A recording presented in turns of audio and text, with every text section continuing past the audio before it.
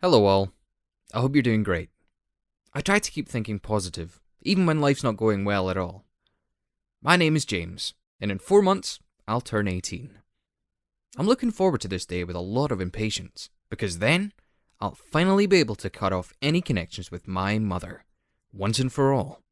And trust me, this is not a teenage rebellion. It's just that my mum's a terrible person who ruined the life of a person who's dear to me, and lied to me my whole entire life. My story began rather mysteriously. I received a strange email. It wasn't advertising or any kind of spam. It was a personal email, but very short. Are you James K? The return address wasn't familiar to me, which was strange. My mailing address has no resemblance to my name. I gave it a little thought and decided that I'd rather reply than just send the message to spam. After a few hours, I received a new email. Thank God, it is true. James, I'm your father. Dudes, I haven't told you yet, but I've never seen my father. Can you imagine my feelings? Of course, I wanted to make sure this wasn't some sort of evil prank. So I asked this person if he could talk to me on the phone. But soon, I received a new email. My father, or whoever it was, said that for the time being, this was the only way for us to communicate. We needed to hide it from my mother for as long as we could. Otherwise, it could turn into a disaster. Frankly speaking, I never thought I'd get an opportunity to meet my father, especially in such a unusual way. All my life, I lived under the impression that my biological father was a disgusting person who never loved me and didn't need me. Of course, this idea was implanted in me by my mother. She always spoke very little and very negatively about him. Her favourite story was about how I almost fell out of the second-story floor window because of him. It almost happened when I was 1.5 years old.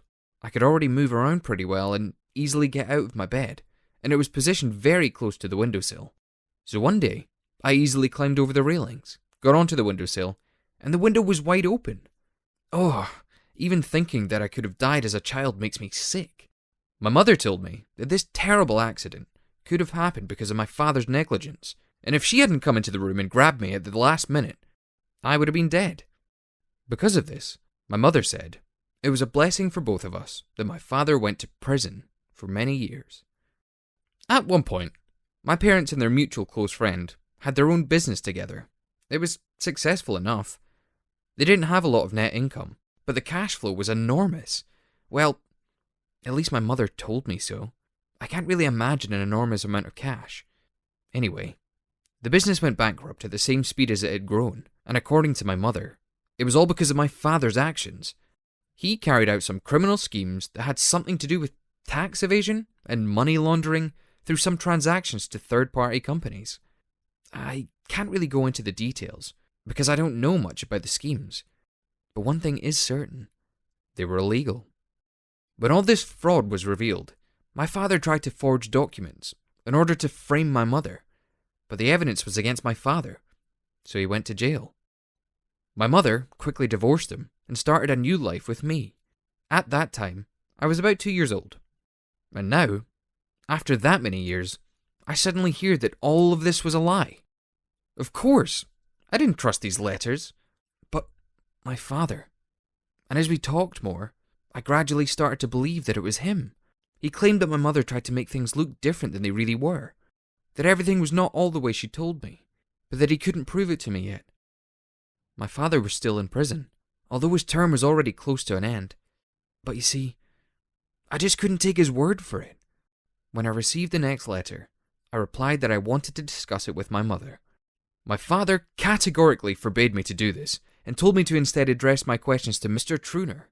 He was my parents' mutual friend and business partner. My father said that Mr. Truner would tell me everything.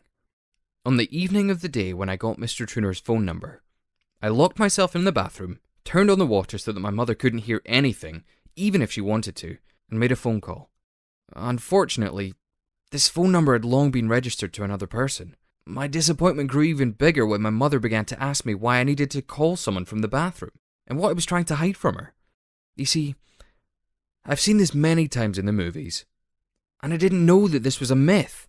I'd no clue that in fact running water only enhances the sound. Ouch. Anyway, I also had the address, so the next day I went to pay a visit to Mr. Truner. It was then that my luck turned. His house was located in our region, so I had no problem finding it. Mr. Truner himself opened the door. As soon as I briefly explained to him who I was, Mr. Truner's face changed, and he led me to the backyard. There he invited me to sit down at a picnic table, and went to get 2 glasses of juice from the kitchen. Only after that did he begin his story. I couldn't quite understand why Mr. Truner was so tense and so serious, but I felt that it was important, and listened to him without interrupting.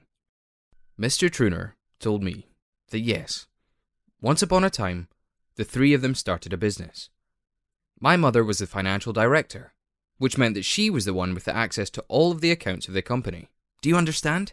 And it was she who tried these illegal schemes in order to earn as much as possible and to avoid paying taxes.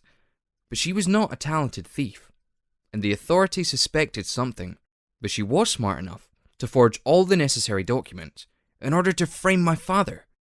Mr. Truner fully confirmed all the information that my father gave me in his letters. I was confused and lost, but at the same time, I saw that he wasn't lying.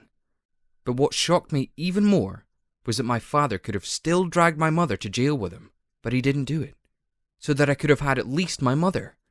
He took all the blame, and that was the reason he got such a severe punishment. Mr. Truner admitted to me that he could have saved my father, but was forced to betray him and testify in favour of my mother. Mr. Truner had a secret. His 2 children were adopted, and did not know anything about it. Mum threatened to reveal this secret, so Mr. Truner opted to save his own family. I was furious when I heard this story. Mr. Truner didn't deny that he was also very guilty. It seemed like he was on the verge of tears, but he begged me to understand. He couldn't reveal the secret to his children. And now, many years later, he was simply afraid to be tried for perjury. He also added that my father wouldn't want me to shake up the past. I agreed with that. Now, I began to think that my father was the noblest of all people. I hadn't yet decided what to do, but again, my mother decided everything for me. As soon as I left Truner's house, I suddenly saw a car approaching. Mum opened the door for me and ordered me to get inside. I obeyed, and she said she saw who I was talking to. After I behaved so strangely yesterday, she decided to follow me. So now, she knew that I'd learned the other side of the story. My mother said that all this was arranged by my biological father, who spoke to me with the help of Mr. Truner, and that I should understand they were both lying to me. But you know, I didn't like how dictatedly she was talking to me, and I saw that she was nervous and angry. And then, suddenly, I had an idea. I asked her if it was her who left me by the open window when I was a baby. Oh, I wish you could have seen her reaction.